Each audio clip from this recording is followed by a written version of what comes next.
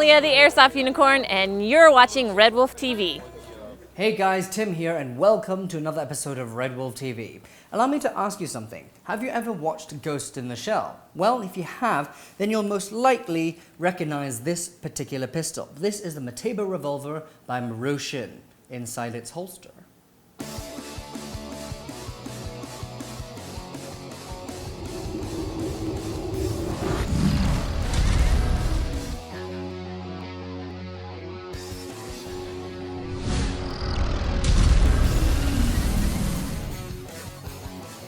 There are three different versions, one with a plastic grip, one with a wooden grip, and another one with a wooden grip that comes with a holster. The rest of it is made out of a heavyweight plastic. It does give it a really nice heft, but considering this one is made out of plastic, although it does have a nice grip design, I'm going to set it aside because I prefer the wooden version. Now the holster itself has a clip at the back keeping the pistol in place, but you can easily remove it. There are also two holes so you can fit your belt through it, but I'll get into that later. The material, it feels like leather, but it's not. And the pattern itself looks like it's been weaved, but instead it's been stamped. It doesn't smell like leather, it actually smells more like a brand new dress shoe.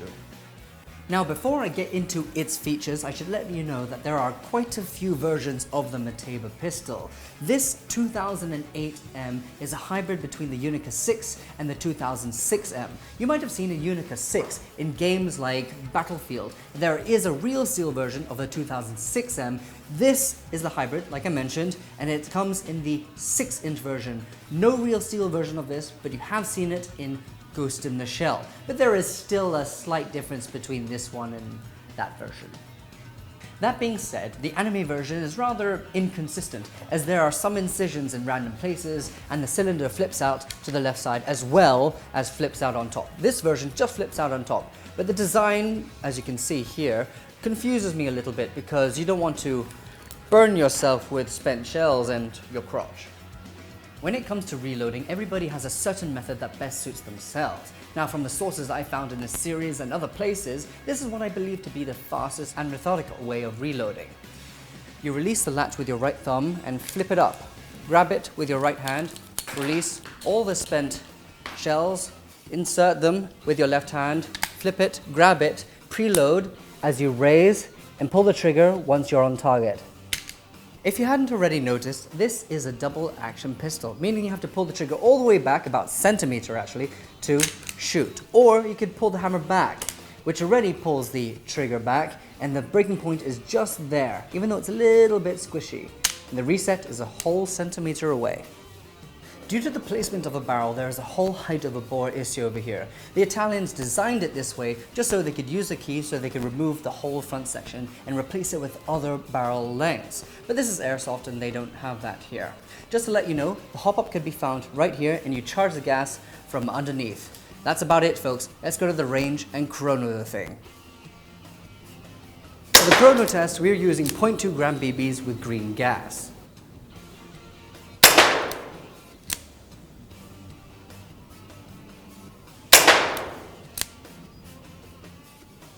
It chronoed at about 360 FPS with one huge deviation at about 310.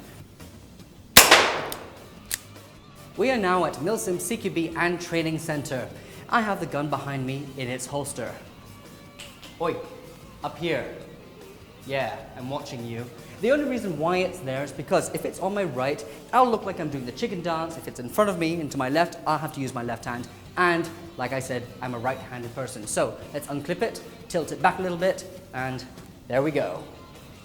I actually gave the holster 2 days to wear in as it was incredibly tight at the beginning. And after a bit of time, it did loosen up. I'll show you what I mean. Once you do insert it, you'll need to tilt it at an angle because then the cylinder will catch against the side of the holster. That will easily slot it in. You might think that the entire sentence sounded wrong, but we're going to move on from that and head on over to the 10-meter range. Before we start, I should let you know how to charge the pistol. There have been stories where one has held the grip and then inserted it like this, and for some reason the frame just disappeared. So what we're going to have to do is hold it like so and then charge it. But I've already charged it, so we're going to move on.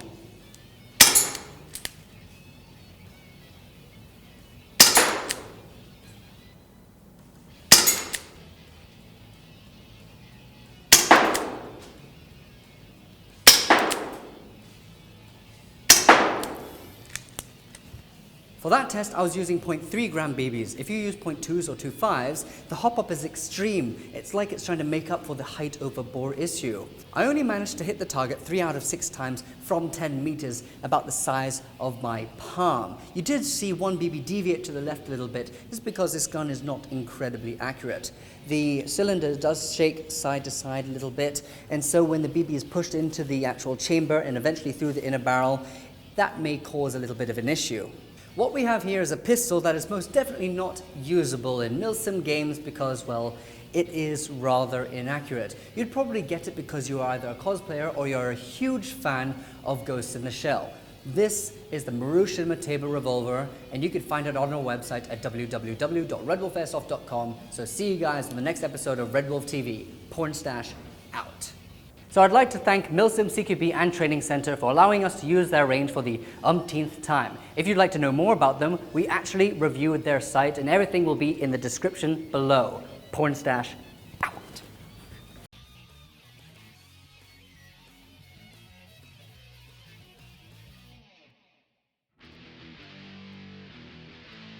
Do subscribe to our channel so you can keep up to date with our latest and coolest videos.